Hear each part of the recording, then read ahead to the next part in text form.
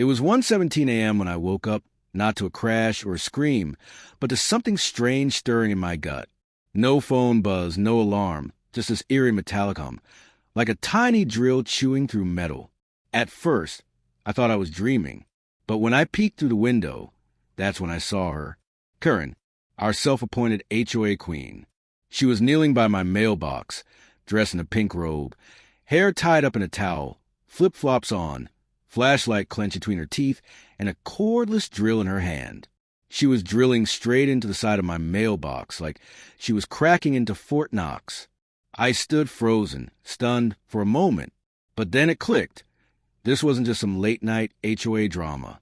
The mailbox was part of the USPS pilot program, heavy-duty, tamper-proof, and federally issued. Oh, and it had a motion-triggered camera. The whole thing was being filmed in high definition. She wasn't just vandalizing my property. She was committing a federal offense. Now, this was the same woman who fined my neighbor $50 because his kid's tricycle wasn't the approved neutral color. And here she was, breaking the rules barefoot, in a robe, at 1 a.m. I didn't move, didn't call the cops. I just let the camera roll. But then, this is where it got wild. She reached into the mail slot, grabbed an envelope I'd left for pickup, and stuffed it into her robe like some suburban raccoon snatching treasure.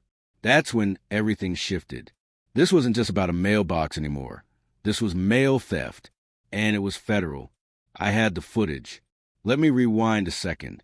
I'd installed that mailbox after someone stole 2 packages, one with personal documents, another with my refinance papers. USPS had suggested the upgrade, so I went for it. Karen hated it from day one, said it looked like military gear, and was ruining the cozy vibe of our cul-de-sac. She even posted about it on Facebook, complaining it made our block feel like a prison yard. I shrugged it off, figured she'd eventually focus on someone else's porch color. But no, she escalated. After the break-in, I pulled the footage, 2 angles, one from inside the box, one from my porch, and sent it to the USPS inspector's office. A few hours later, I got a call. The inspector actually laughed and said, "We've been keeping an eye on her. You might have just handed us what we needed." Apparently, Karen had been on their radar for a while. But I wasn't done. I put together a neat little dossier, timestamps, still shots, federal code violations, and sent it to the entire HOA board. No snark, no commentary, just the raw truth. Within an hour, Marvin, one of the quieter board members, texted me, "You just torpedoed the queen." I replied, "Guess I'm off the lawn ornament watch list now, huh?" He just sent back for crying emojis.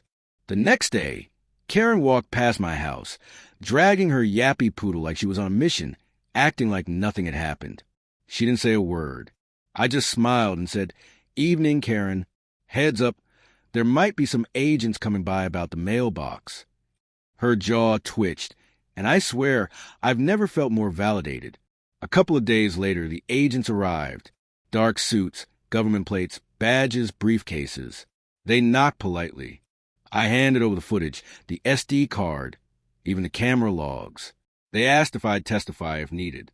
I said, absolutely. They nodded, took everything, and walked down the driveway like they were in a spy movie. Meanwhile, Karen tried to flip the script. She posted in the HOA group, "Be aware, surveillance devices have been found in residential mailboxes," as if she wasn't the one drilling into it with a power tool. But this time, nobody bit. Not Jeff with the clipboard. Not Rhonda, who had the HOA handbook tattooed on her soul.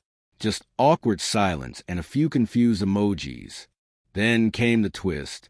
Marvin, quiet Marvin, dug up something wild.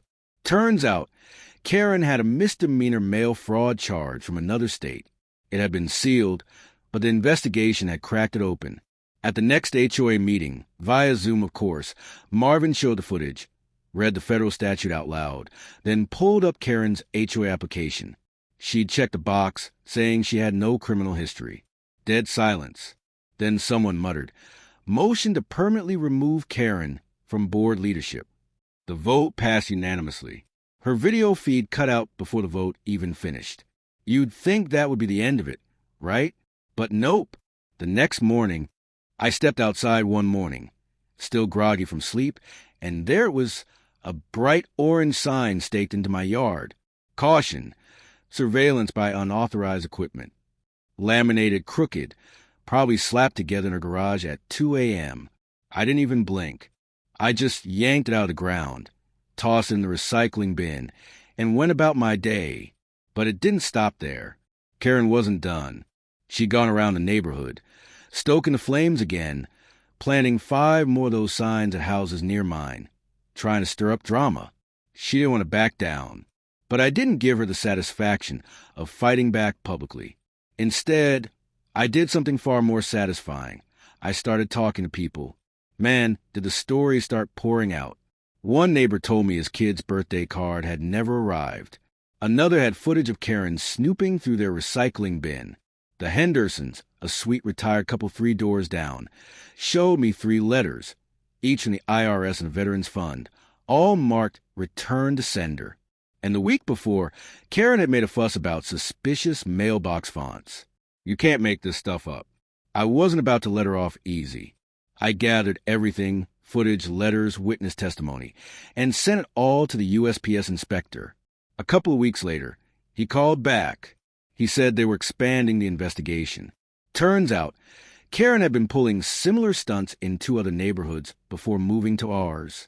She had a pattern, and now they had the proof they needed. Then came the big community meeting. It was open to all, and of course, Karen showed up, ready with full-on speech about digital oppression and the erosion of privacy. The room was waiting for her to play her victim card again, but Marvin wasn't having it. He screen-shared, played the footage, and zoomed in on the exact moment she stuffed stolen mail into her robe. Then he read the statute aloud, Title 18, U.S. Code, Section 1705. But that wasn't all. Marvin pulled up her criminal record.